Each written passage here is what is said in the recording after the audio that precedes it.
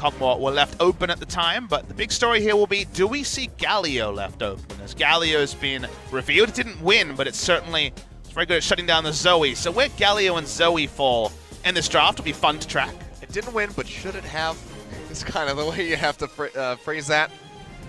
But either way, we'll just keep progressing here. So pretty familiar bans coming through. Camille yet again taken off the board by KSV. Sejuani available. Nope.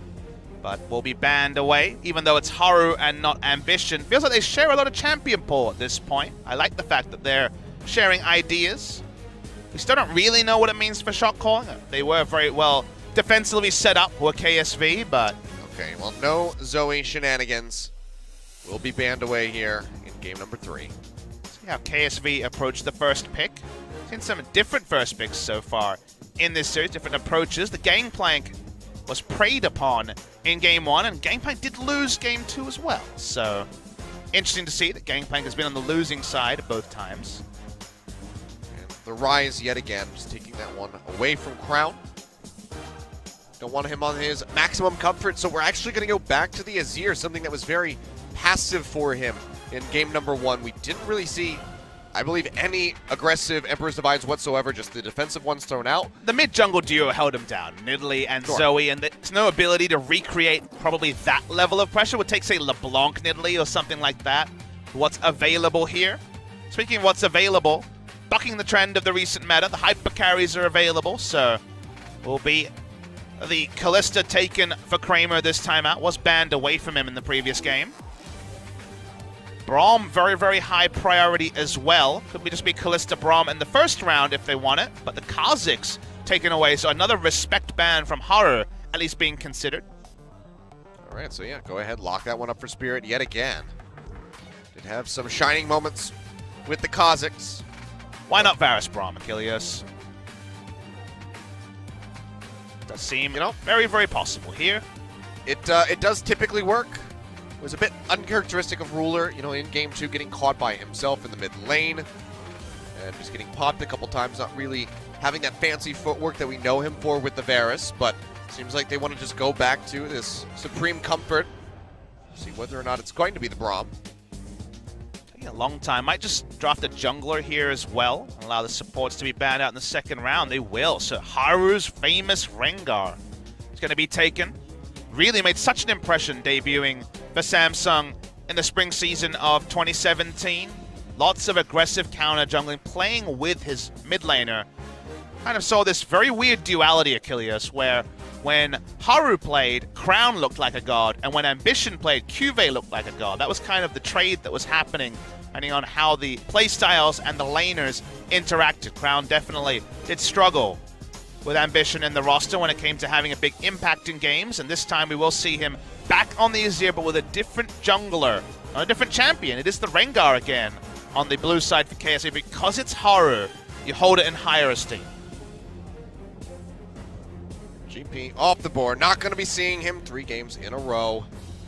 It's where the meta's gotten to. The Gnar is locked in and the GP is banned. It's just such a reversal. Speaking of reversals, so what is going to be the pick then into the Gnar? The Jace is still on the board. And Cuvée was impressing a lot of people with his Jace in solo queue largely around the time of the World Championships. The story was all 3 Korean teams play the Jace, even though it wasn't a staple of Cuvé's champion pool, so will be banned away. And it's a Galio ban. I like that one, so no Galio Kha'Zix. So the adaptations that have evolved over this series and also this week are cool to track. Means a lot is still available, though. Big story is all supports available. No support bans. Mid lane choice would be a riskier one. Ooh. Kuro is one of our big Kassadin pickers. He's a big fan of Kassadin. He will lock it in after 6. Good matchup against the Azir. You often see very interesting itemization. When I've seen this matchup in the LPL, it can actually lead to both of the carries going for the Abyssal Mask, going for the more tanky route on the Kassadin, just to ignore the damage from the Sand Soldiers. Maybe we get an Ornn. Could be a support Ornn. We're not 100% sure, but we'll find out in this round of picks. Top Ornn or support Ornn for one of the two here, and it's going to be a top lane Ornn, so very similar matchup. One that's very Gnar favored, but in the early game, we've seen Ornn do better and better in the laning phase. We're still on patch 8.1, so the Unstoppable on his W. The Bellows Breath is still there, so a lot of counterplay available still. In the ultra late game, Orin has both his items and just the fact that felt like that was the big thing that helped them get over the line in those repeated team fights around the base, and just going to be, with all supports available, the Taric. So here we go. In Game 3 of the series, just had some energy drinks relayed to us by OGN. Very necessary. Thank you very much for those. Appreciate it. Afreeca kind of doing a little bit of everything with this team comp. Certainly team fight options, try and navigate the Kazakhs around, but the rest of the team can do that. They play side lane.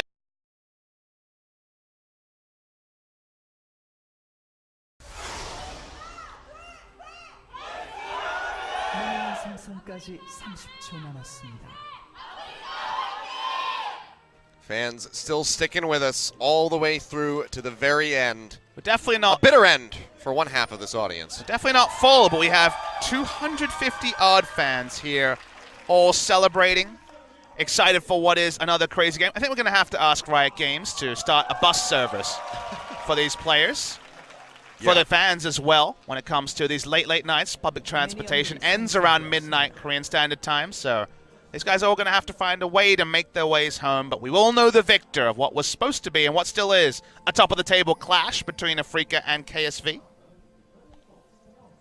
So far for now, power of the Braum level 1 means that Afreeca is very shallow.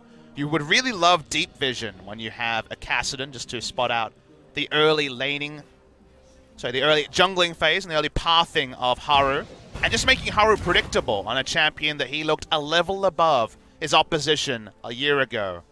It's always a good thing from the perspective of a team that has a Kassadin who walks around, throws out a couple of Qs, and calm down. Sounds like I got a shout out from the Korean casters. Very nice of them, but still a little bit early. We've got the clock right in front of us. So 3 minutes 20, so around the 5-minute 10 mark, we will have some birthday celebrations and hopefully a good game. I'm hoping that this one is going to be just as interesting as some of the recent ones we've had today. That's an insane discrepancy in wards, by the way, Kilios. That is, yeah. What is it, 37 to 152? Crown, despite being well held, putting out 27% of his team's damage. Kind of expected when Kuro is not going to be contributing too high with that one. Just showing you some stats from what was a game that 31 HP on the Nexus ended up being the difference between KSV and Afreeca. We went past the 70-minute mark. Do we just see Gathering Storm on some of these carries this game? You know, it's quite possible. So wait and find out. Just keep trucking along here. So far, slow start as anticipated. It's just going to be a lot of farming, very little skirmishing as we wait for the Rengar and the Kazakhs to get leveled up. And the lanes are very predictable. Nara pushes in Ornn. Can go equal in the early game, depending on how aggressive you play as Ornn. This is some nice pathing from Spirit. Yeah, it's coming around the back here. Crown trying to dash away. Takes a bit of damage there from the Void Spikes in the leap, but otherwise he's going to be safe. Pushes straight back up to get the minion. Got power farming, so 2 extra camps. 4 CS per camps, 2 extra camps for the Rengar as Ruler takes a bit of damage. Dazzle onto him, but the Unbreakable there for JJ blocking the rest of those spears from coming through. Will be pretty safe, not too rough of a trade there. Confirmation wasn't quite second place, but third place for CS record, 925. Pilot 746 is comical. The thing of the past. With the numbers we're getting this season. So congratulations, Ruler. He's top 3, all 80 carries. I'm still not sure how Pilot got that. I'm not sure which game it would have been in. It was a generic game. That's I guess it was probably the oldest one in history prior to R2 record. Thought we were in a snowball meta, but we were mistaken. It is very much League of Stall, as it's kind of evolved to be here in Korea. When it leads to a sick fight, when it leads to a sick Azir play, you can't feel too bad about it, but some of these games have just had so many Barons taking it. Baron's usually thinking of game ender, but it's become a game delayer as Baron and Elder Dragon not enough for games to end. Once again, the team that monopolized Elder Dragon and Baron lost in the previous game. Yep. Seems to be the way that it goes once you hit that 70-plus minute mark. Even just 60-plus. What is the new mid-game number? Are we thinking 40 minutes is mid-game now? You know, it's starting to get that way. Early game ends at 28 minutes or so. Yeah. I think that's about where we're looking. What's the current like average?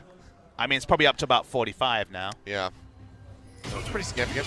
Haru, he's just not so stealthily walking in. Just knocking down a couple minions there. Trying to push Kuro back. And I do have to say, ladies and gentlemen, happy birthday to my co-caster, Papa Smithy. We have hit midnight. He is 19 years old. And he just looks overjoyed to be here right now. 2 more years and I can drink in North America. It's what I always wanted, Achilles. It's okay, but now you're legal to drink in Korea. Yes! It's absolutely perfect. It's what I always wanted. Feels birthday, man. I'm sure there'll be plenty of those in the chat. All appreciated. It's been an interesting week.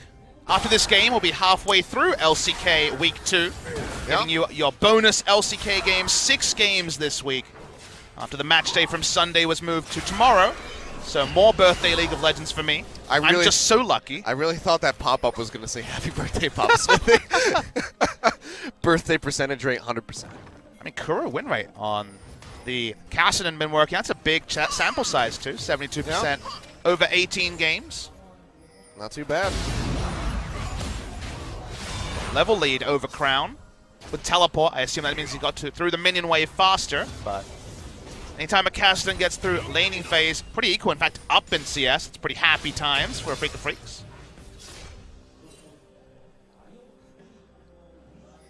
Just waiting for the action to take place. Haru's almost level 6, and while Ambition has been very conservative with his Thrill of the Hunt uses, Haru is much more on the aggressive side, despite kind of farming up a Storm in Game 2. Hoping we see that reflected. Bot lane is a bonanza of CC, so Rengar would love to come through a lane gank. Yeah, if he can just get on top of somebody, especially as Core JJ hits that level 6 mark. Kha'Zix knows this, but he's going to be second there if we see some assertive play. Not sure how close Ruler is to level 6. He's not spotted. Entering the brush is Haru. Up in that brush, Core JJ staying hidden as well. Plus just like, I'm going to leave for a little while. I'm just gonna sit back. Won't get spotted out. And there's the ward. Oh, Tucson. Fun ruiner.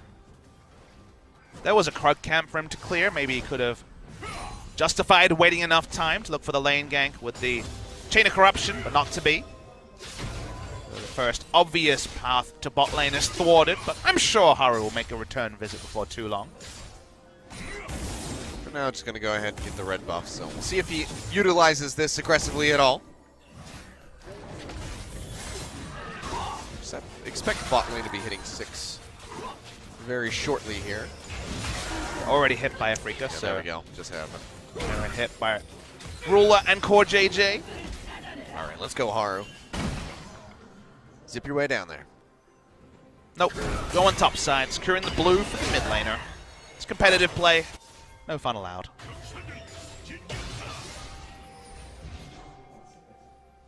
So far, not much to speak about. Who that favors, I think, does actually shift as the game goes on.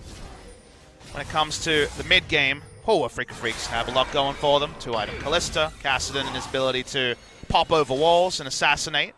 Varus is pretty free food for our fed Cassidy. Is this the new or the old mid-game definition? The old definition of mid-game. Okay. I mean, the new definition of mid-game seems to be 5 items, which is a bit absurd, but I'm going for the 2-item mid-game spike, which looks good for Afreeca Freecs.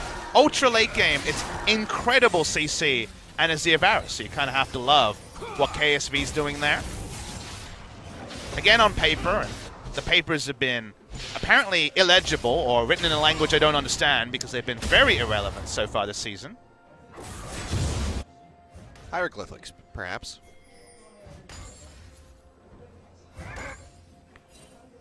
Also is the Ornn items to factor in, so even more power to be unlocked. The Azir can get ungodly fed. Think back to Pawn's Death Guard upgrade Azir recently, a few days ago. Maybe if we have another 70-plus minute game, all of the KSV players will upgrade their items. I had some choice words for Wraith. We'll see if the team has their items upgraded pre-70 minutes. That's the number I'm looking for, guys, please. That's all I'm asking, the bare minimum. Oh, I'm not expecting the game to go shorter than 70 minutes, just that they upgrade their items by 70 minutes. I'm a realist now. LCK's made me a realist. This is just the world that we live in. Anything else at this point would just be strange. Weird and wonderful, we'll say, about the LCK. That's the glass half full way to describe what has taken on in the last 5-6 match days. Very, very extended laning phase here so far. But to the tune of just a 3 CS disadvantage in mid lane for the weakest laner in the game. Kassadin, so definitely happy times for Afreeca. As presence of mind, as you'd expect. We'll almost always see Precision Tree second on the Kassadin, just for access to a rune that he abuses the best of any mid laner. KSV keeping up pretty well. Bring out that minion wave. So just about 10 behind. And then our favorite matchup, so not too bad for him. He's holding on tight. The OGN Legion is too. This one is certainly not going to be a walk in the park for either team. Waiting on first blood, 10 minutes in. Aru finds a control ward. Nar was in a position to gank, but the control ward is enough to stave him away.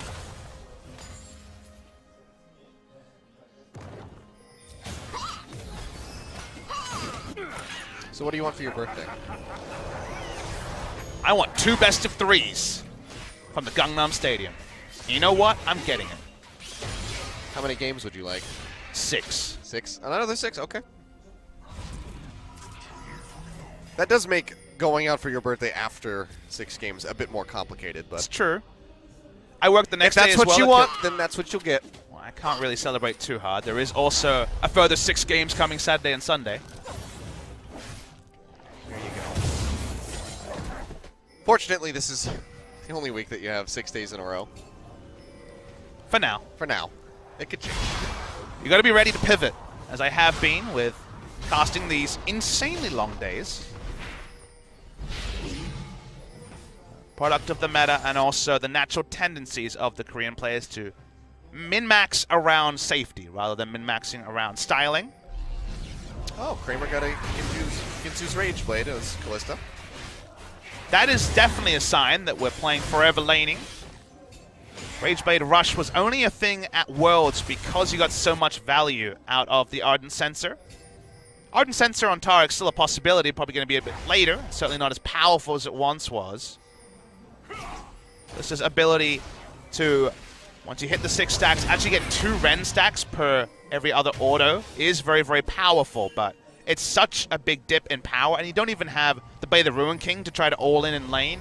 It basically says, let's play really long games, non-interactive laning phase, and so far he's getting what he wants. Oh, Kramer. Well, Ruler, in the meantime, he's going to get jumped on. Takes a heck of a lot of damage, but trades it back, has the stopwatch to stay alive, and then Tucson's going to arrive, and nothing will happen. Probably smart of him to stopwatch there, wanted to stop there for me, and we've had another spell rotation when he came back up. Actually take down Kramer, no summoners used though. Nice invade from Crown, and Haru want to deny the blue buff from Kuro, and they will. Yeah, we'll take it away, but Haru just have to go ahead. Oh! Despite for that one, Tucson tried to flash in to get the Dazzle Stun there onto Haru, but doesn't quite have it. TP coming through. Straight in the middle, QV. Gonna be the first one to arrive, but the Fate's Call will go ahead and drag Tucson away.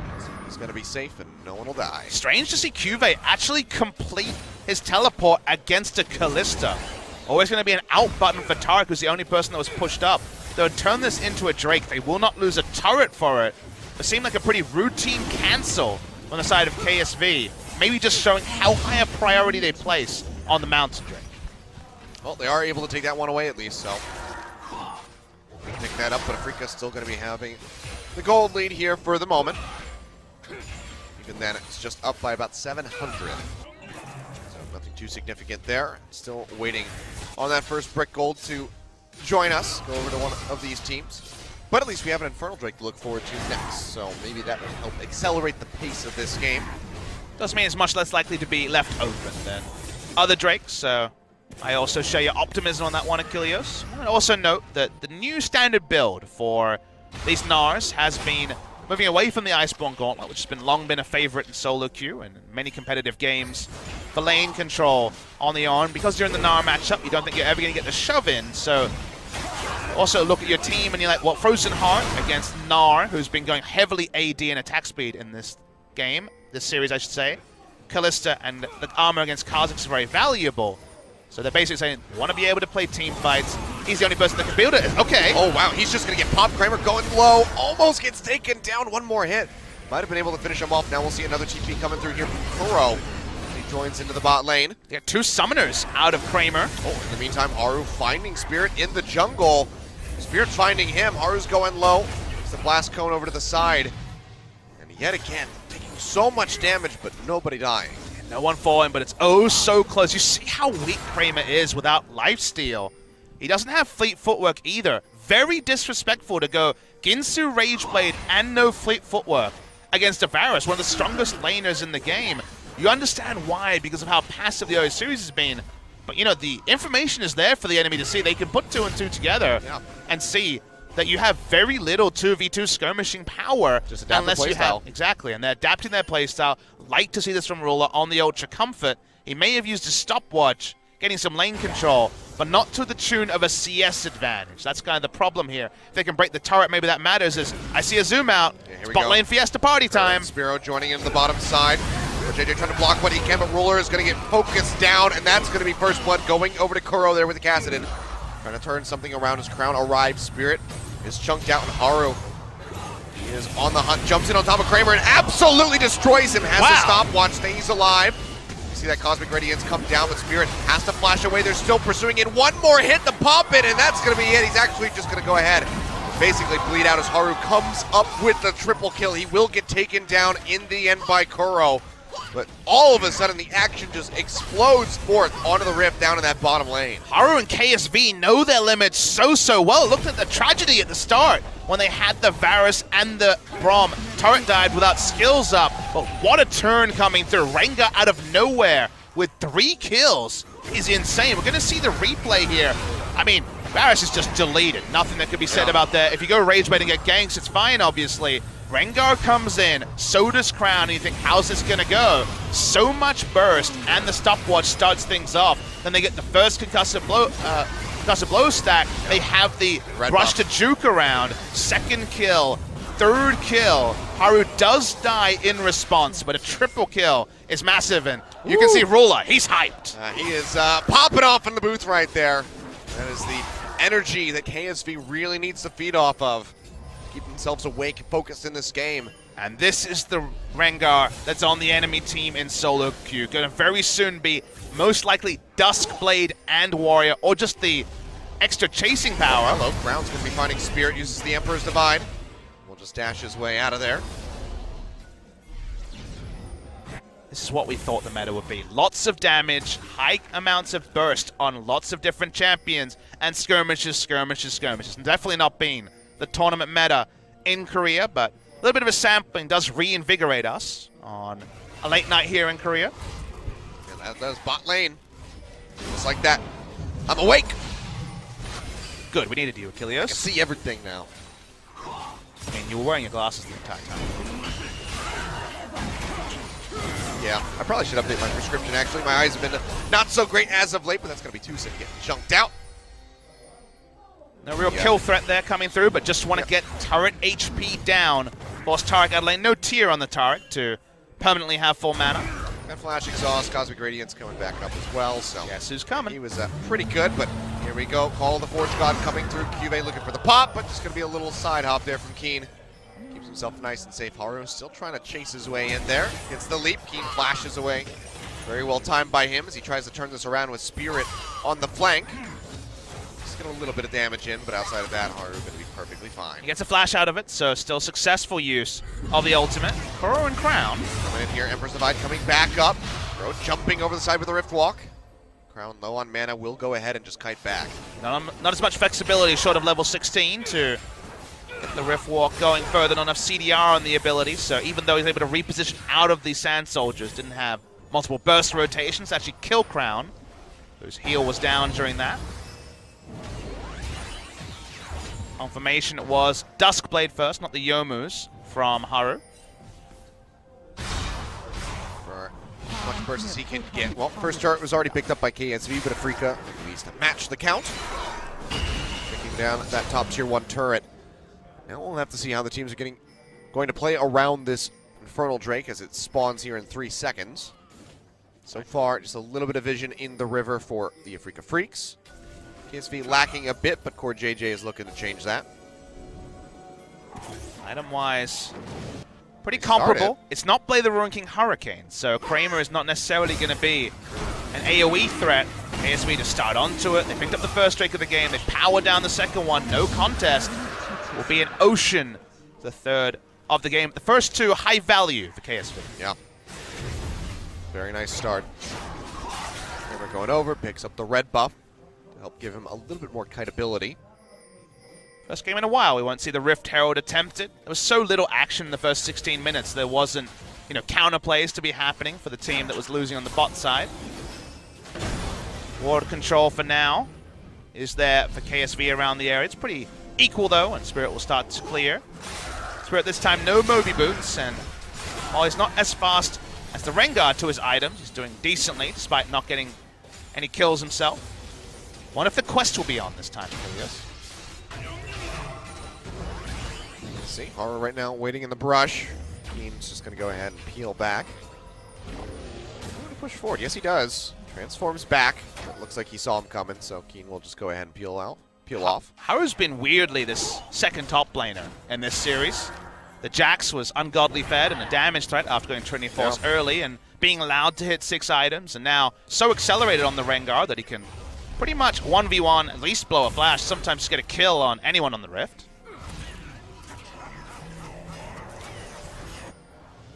He is quite the threat so far. See where he wants to continue the build for now. Seems like he's just going to stock up on control wards and pick up a Ruby Crystal. Thinking Black Cleaver then, judging by the Ruby Crystal. Do often see the double Sway Dirk items in solo queue, but going to stick with just the Duskblade and go for a bit more conventional tankiness, but also some shred. Well, not doing that much physical damage. The team not doing that much physical damage, but more is more. Haru pushing up here, looking for Kuro, gets the leap. Just going to tag him for a little bit of damage. He's got that Rod of Ages, so he's stacking up quite a bit of HP. In case you're wondering, QW is the pretty standard max on the Rengar.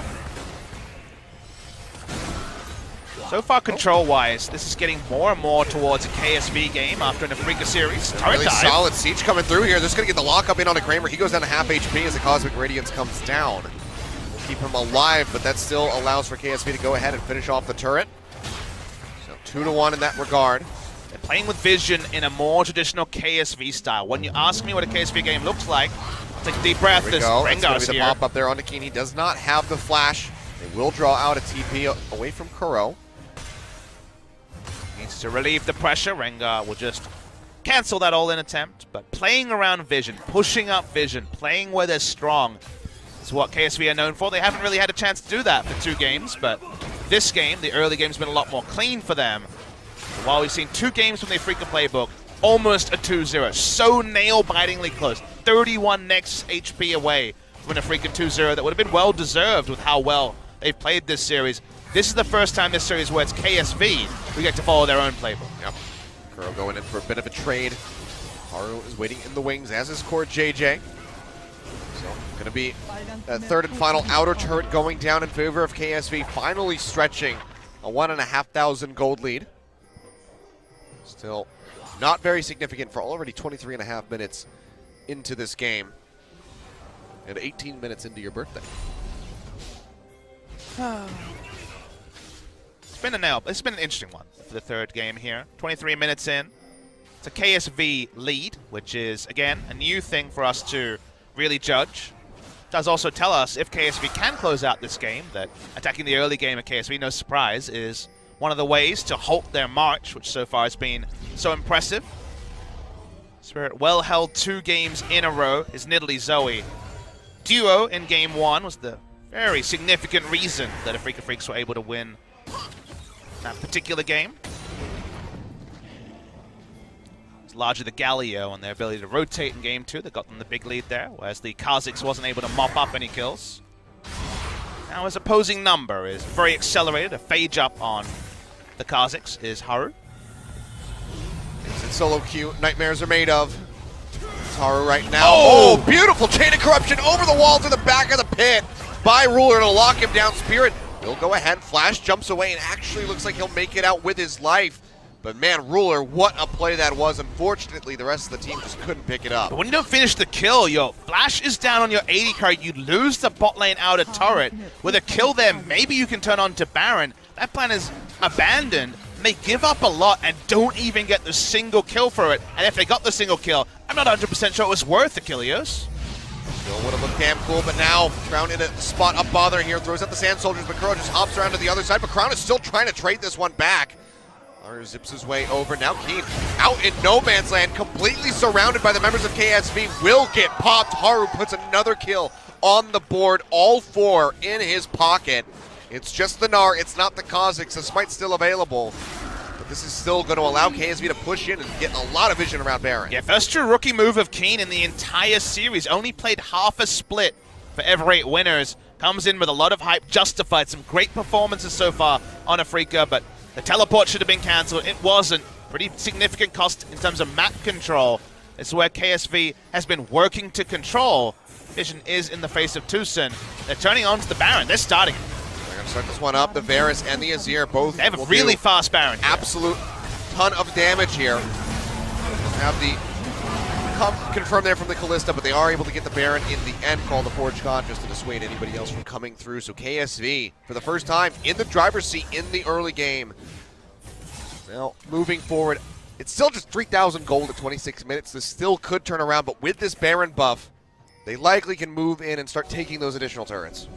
Observer kindly showed us there that 4 unique kills so far for the Rengar means already 4 stacks on the Bone Tooth necklace, 13% bonus AD whenever he purchases. So 10 AD gives him the 11.3, which is definitely a nice little bonus to get there. So he's kind of happily going to be in a great spot. Has the Infernal rolling as well. Very, very accelerated on the Rengar. But I want to talk about how clinical it was when they got a pick. A single pick. It wasn't onto the enemy jungler. It was onto the enemy top laner. They knew exactly how fast they could do Baron. It feels like they were, what, 3 seconds too fast for the face check from Spirit. Mountain Drake and the Infernal obviously helping with that calculation.